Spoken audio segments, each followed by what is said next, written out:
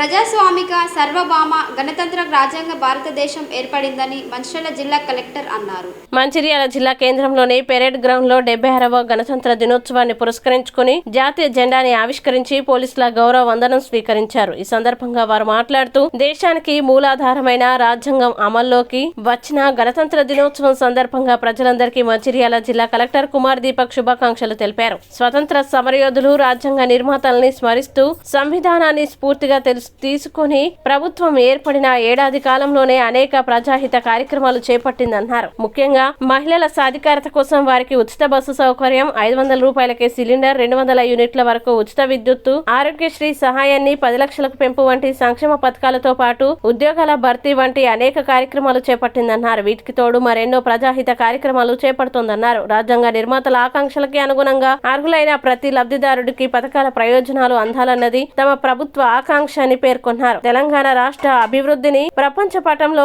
ఆవిష్కరించాలన్న ఆశయంతో తెలంగాణ రైజింగ్ నినాదంతో ముందుకు వెళ్తున్నామని అన్నారు. డాక్టర్ బిఆర్ అంబేద్కర్ గారి స్ఫూర్తితో పేద బడుగు బలహీన వర్గాల అభ్యున్నతికి ప్రజా ప్రభుత్వం కట్టుబడి పనిచేస్తోందన్నారు. అనంతరం వివిధ విభాగాల శతకాల ప్రదర్శన, విద్యార్థుల సాంస్కృతిక కార్యక్రమాలు ఎంతగానో అలరించాయి.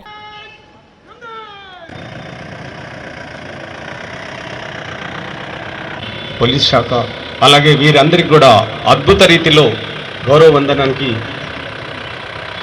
పరేడ్ సారథి గౌరవనీయులు శ్రీ కుమార్ దీపక్ ఐఏఎస్ గారు,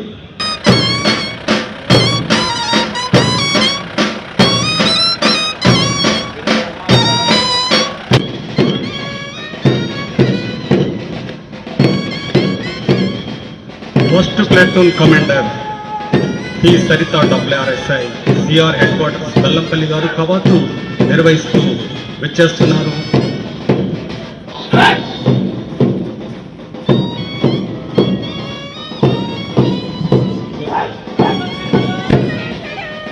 ఎల్ మధుకర్ PSI గారు కవాతు నిర్వహిస్తూ ముందుకు సాగుతా ఉన్నారు.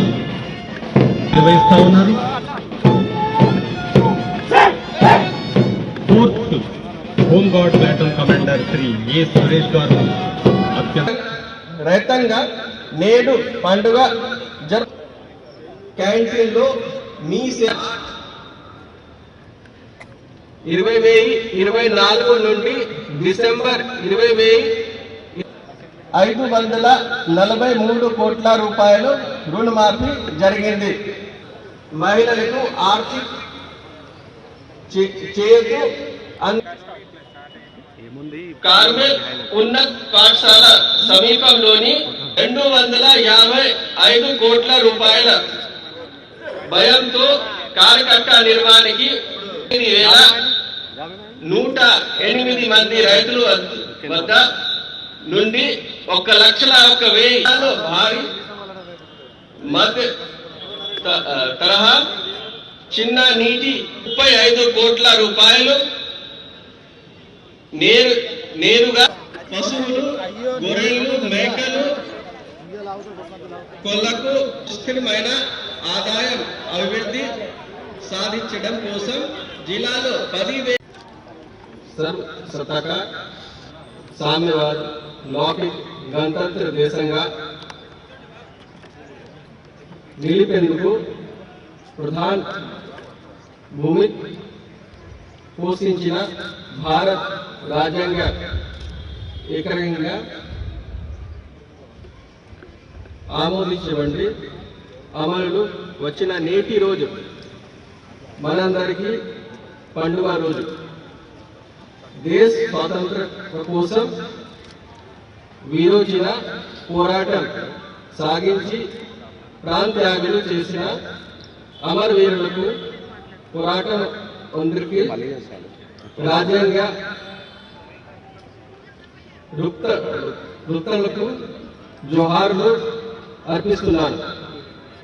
గణతంత్ర దినోత్సవ వేడుకలకు సందర్భంగా ప్రజా సంక్షేమం కోసం నూతన రేషన్ కార్డులు, రైతు భరోసా, ఇంద్రమ్మ ఇండ్లు, ఇంద్రమ్మ ఆత్మీయ భరోసా పథకాలు అమలుకు ప్రభుత్వం శ్రీకారం చుట్టింది.